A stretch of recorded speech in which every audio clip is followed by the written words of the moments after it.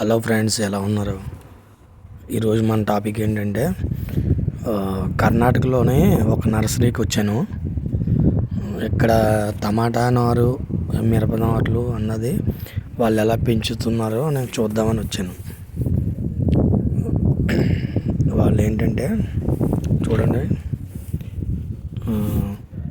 చిన్న చిన్న ట్రేలు తీసుకుని ఆ ట్రేల్లో కోకోపిట్ అంటే అదే కొబ్బరి పైన కాయ ఒలిసినప్పుడు వస్తుంది కదా పొట్టులాగా, ఆ పొట్టు అనమాట కోకోపిట్. అది వీటిలో పెట్టి కొద్దిగా తడిపి అందులో వాళ్ళ గింజలంటూ పెడతారు. ఇది టమాటా గింజలు పెట్టారు ఆల్రెడీ. చూడండి, ఇప్పుడిప్పుడే మొలుస్తున్నాయి. ఇది 4 రోజులు అయిందంట పెట్టి. 4 రోజులకి చిన్న చిన్న మొలకలు అయితే వస్తున్నాయి. చూడండి ఫ్రెండ్స్,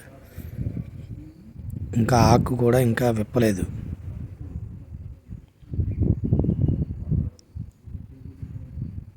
ఇదంతా ట్రేలు. ఈ ట్రేల్ నిండా టమాటా నారు వేశారు. అవి ఒక వారం రోజులు వచ్చేటప్పటికి ఈ పొజిషన్కి వస్తాయన్నమాట. వారం రోజులు అంటే ఇంచుమించులో వారం నుంచి 10 రోజుల లోపుగా ఇలాగ ఆకులు బయటకు వస్తాయి. ఆకులు వేయడం మొదలవుతుంది అన్నమాట.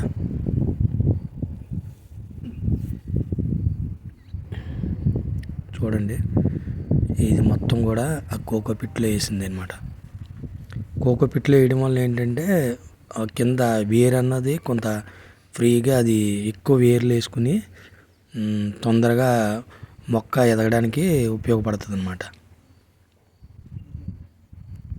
అలా కొద్దిగా ముందుకు వెళ్ళామంటే ఇది ఇంచుమించులో 15 రోజులు మొక్క అన్నమాట. ఇది చూసారా, మన గింజ మొలిసినప్పుడు వేసిన 2 ఆకుల కన్నా ఇంకొక 2 ఆకులు ఎక్కువగా పెరిగినాయి.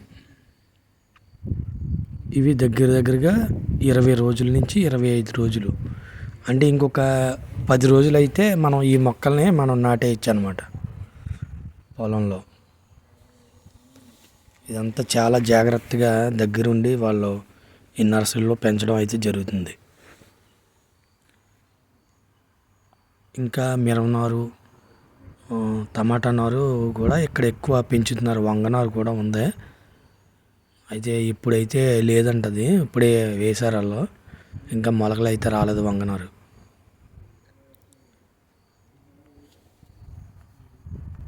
కింద ట్రేలు గ్రౌండ్ మీద పెట్టకుండా ఏం చేస్తున్నారంటే మట్టి మీద లేకుండా కింద కవర్ అంటే ఒకటి ఏర్పాటు చేసుకున్నారు.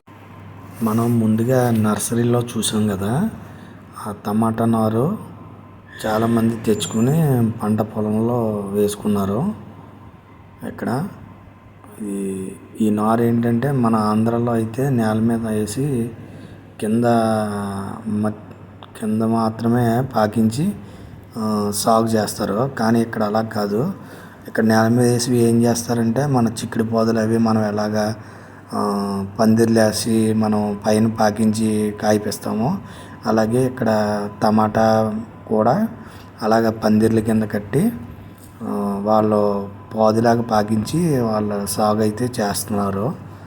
చూడండి, ప్రతి కొనకి కూడా ఒక తాడు కట్టి పైన కర్రలకి కట్టడం అయితే జరిగింది. దీనివల్ల ఏంటంటే గాలి వెలుతురు ఎక్కువగా ఉండి మొక్క చాలా ఏపుగా పెరుగుతుందని చెప్తున్నారు రైతులు. మొక్కలు చాలా ఏపుగా ఉన్నాయి. కాయలు కూడా కొమ్మల నిండా కాయలతో ఉన్నాయి, పువ్వులు కాయలతో.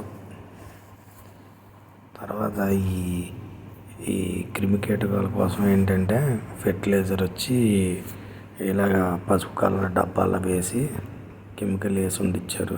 దానివల్ల ఏంటంటే కొద్దిగా పురుగులు బారిన పడకుండా మనం కాపాడుకోవచ్చు. తర్వాత వాటర్ వచ్చి ఇలా డ్రిప్పు సహాయంతో ఇలా నీరైతే పెడుతున్నారు. దీనికి ఖచ్చితంగా డ్రిప్ అయితే అవసరం ఉంటుంది, అంటే కంటిన్యూ వాటర్ అయితే ఉండాలి దీనికి.